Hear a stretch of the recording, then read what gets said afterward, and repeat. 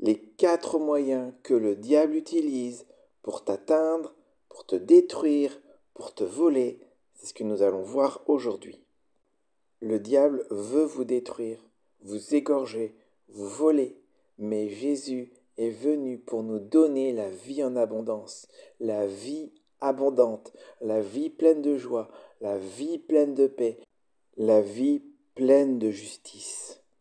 Et Jésus, il est venu fermer ces 4 moyens, ces 4 portes que le diable utilise pour nous détruire. Alors on va voir ces 4 portes rapidement. La première porte, c'est tout simplement le péché personnel. Alors, péché, ça veut dire rater le but. Dieu le Père, il a une volonté et il a un objectif pour nous. Et lorsque l'on rate cet objectif, lorsqu'on rate cette volonté, alors on dit que l'on pêche. Il faut bien comprendre que Dieu, il nous a mis sur terre pour que l'on puisse vivre, mais il a énoncé des règles, on va dire des lois, mais ce ne sont pas des lois, ce sont des prescriptions de sécurité, parce que en dehors de ces lois, lorsqu'on ne les respecte plus, nous ne sommes plus protégés et le diable peut nous atteindre. Je vais prendre un exemple. Dieu a dit dans les 10 commandements, tu ne voleras pas. Si tu ne voles personne, tu n'as pas de problème dans tes relations avec les autres. Tout va bien. Maintenant, si tu voles quelqu'un, qu'est-ce qui va se passer? Tu risques d'avoir des problèmes avec la personne que tu voles.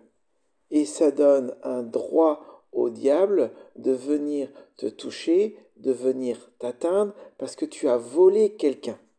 Ce que l'on comprend derrière ça, c'est que lorsque Dieu a dit tu ne voleras pas, oui c'est vrai, ça limite, mais c'est surtout pour te protéger des autres, pour te protéger des agressions, pour te protéger du diable.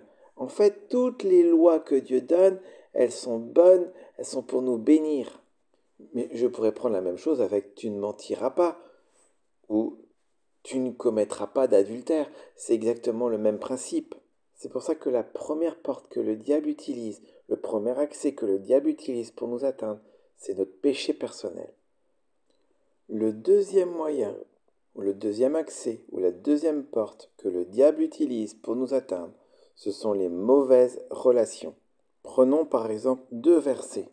Le premier, c'est dans 1 Corinthiens au chapitre 15 et au verset 33.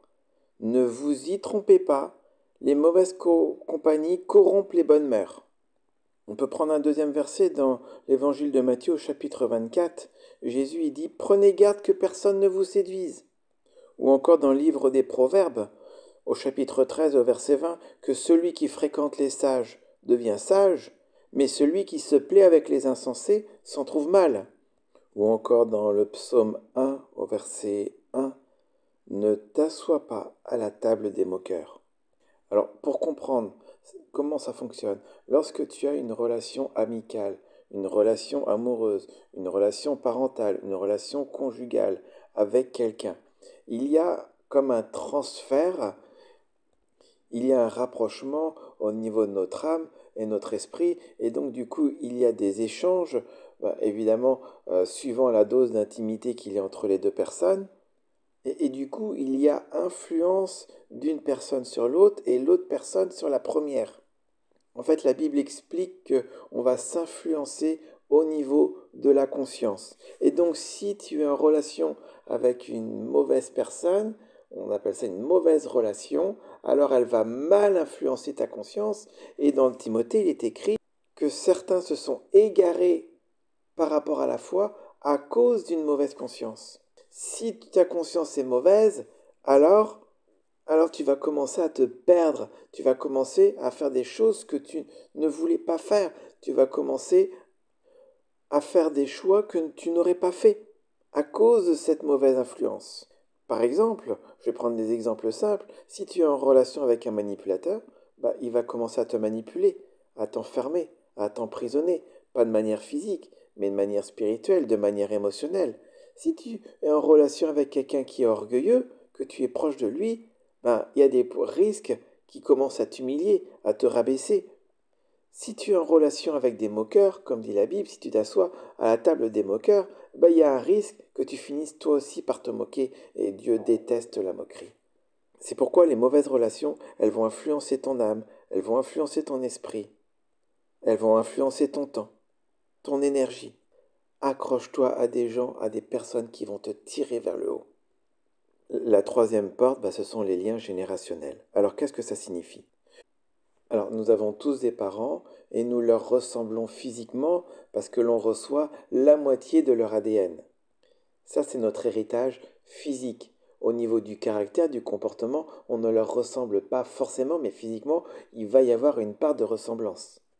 Alors la Bible explique qu'il y a comme un ADN spirituel et on reçoit une partie de leur ADN spirituel. C'est ce qu'on appelle l'héritage spirituel. Mais si nos ascendants ont péché, s'il y a des malédictions sur les ascendants, sur nos parents, sur nos grands-parents, arrière-grands-parents, sur plusieurs générations, alors ces malédictions, elles sont transmises de génération en génération et on vit sous l'influence de ces malédictions. On vit sous l'influence de ces poids spirituels. C'est pourquoi on retrouve certaines lignées.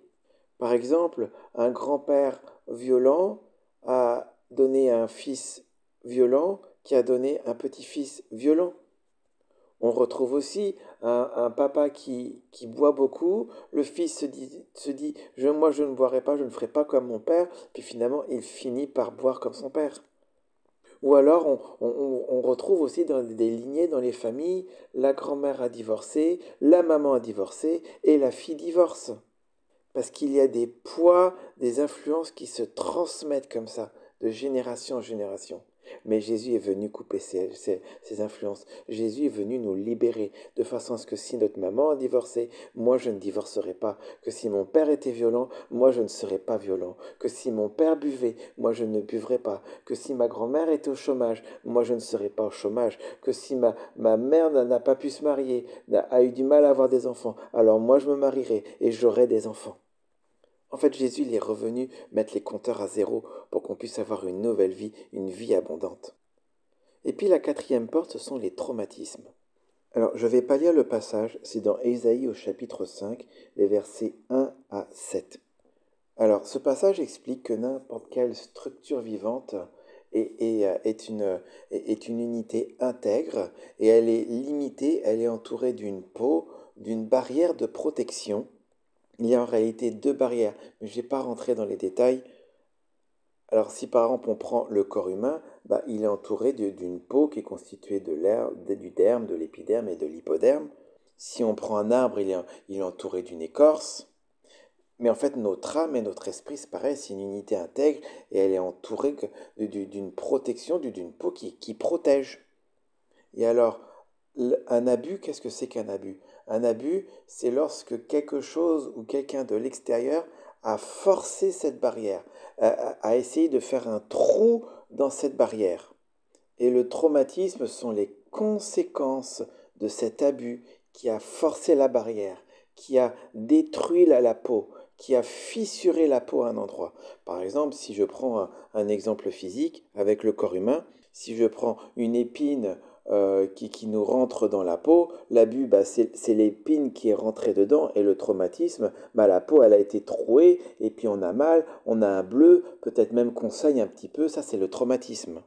Au niveau de l'âme et de l'esprit, c'est pareil. Quand on force pour rentrer dans l'âme de quelqu'un, dans l'intimité de quelqu'un, dans le cœur de quelqu'un, qu'on le force, qu'on le presse par des paroles, pour savoir ce qu'il y a dans l'âme, pour rentrer dedans, ça aussi c'est un abus. Quand il y a de la manipulation et qu'il y a une pression exercée sur l'esprit ou sur l'âme de quelqu'un au point de le perforer, là aussi c'est un abus. Et partout où il y a abus, partout où il y a traumatisme, à partir du moment où cette peau est fissurée, l'intégrité de la structure vivante est rompue. Et dans ce cas-là, il peut y avoir, il y a même systématiquement, des esprits qui rentrent à travers ce trou, qui rentrent à travers ce traumatisme. Alors si c'est le corps, ça peut être des esprits d'affliction, de maladie, de violence, de meurtre, mais si c'est dans l'âme, ça peut être des esprits de dépression, de suicide, de violence aussi, de tristesse. Dans l'esprit, ça peut être des maladies mentales, ça peut être des esprits de coma, d'évanouissement, des esprits sourds et muets. Ça va dépendre. Ça dépend évidemment de chaque abus, de chaque traumatisme. Mais à chaque fois qu'il y a eu un traumatisme physique, émotionnel ou spirituel, il y a des esprits qui rentrent. Et la bonne nouvelle, c'est que Jésus, il veut nous sortir, il veut nous libérer pour que nous ayons la vie en abondance. Alors je vais prier. Père, je te remets tous ceux qui écoutent. Tu vois toutes ces portes ouvertes, que ce soit le péché personnel, les mauvaises relations, les liens générationnels, les traumatismes. Aujourd'hui, je répands une puissance de guérison, une puissance de délivrance sur tous ceux qui écoutent, qu'il puisse y avoir repentance pour que le péché soit pardonné et que les portes soient fermées. Je coupe les mauvaises relations au nom puissant de Jésus-Christ. Je viens aussi contre tous les liens générationnels. J'annule les malédictions au nom de Jésus-Christ et tous les traumatismes. Père, qu'il y ait une puissance de guérison qui vienne s'installer, qui vienne se répandre sur tous les traumatismes, qu'il puisse y avoir une guérison de la blessure et que l'abus, ce qui a été perforé, ce qui a été blessé, puisse être guéri, que la peau puisse se reconstruire et que je chasse tous les esprits qui sont rentrés, tous les esprits qui se sont accrochés à cette blessure. Je les chasse au nom puissant de Jésus-Christ. Amen. Dans les prochaines vidéos, je rentrerai plus en détail dans ces 4 portes et je vais prier plus en détail. En tout cas, je prie que le Saint-Esprit vous révèle vos portes, vous révèle vos failles, vous révèle vos blessures. Parce que les blessures, c'est vraiment une grande porte d'entrée. Que le Saint-Esprit révèle, que le Saint-Esprit mette en lumière et qu'il puisse vous guérir. Soyez bénis, soyez fortifiés, soyez libérés. Le réveil arrive. Dieu vous aime, je vous aime de l'amour de Christ. Passez une bonne journée, à très bientôt.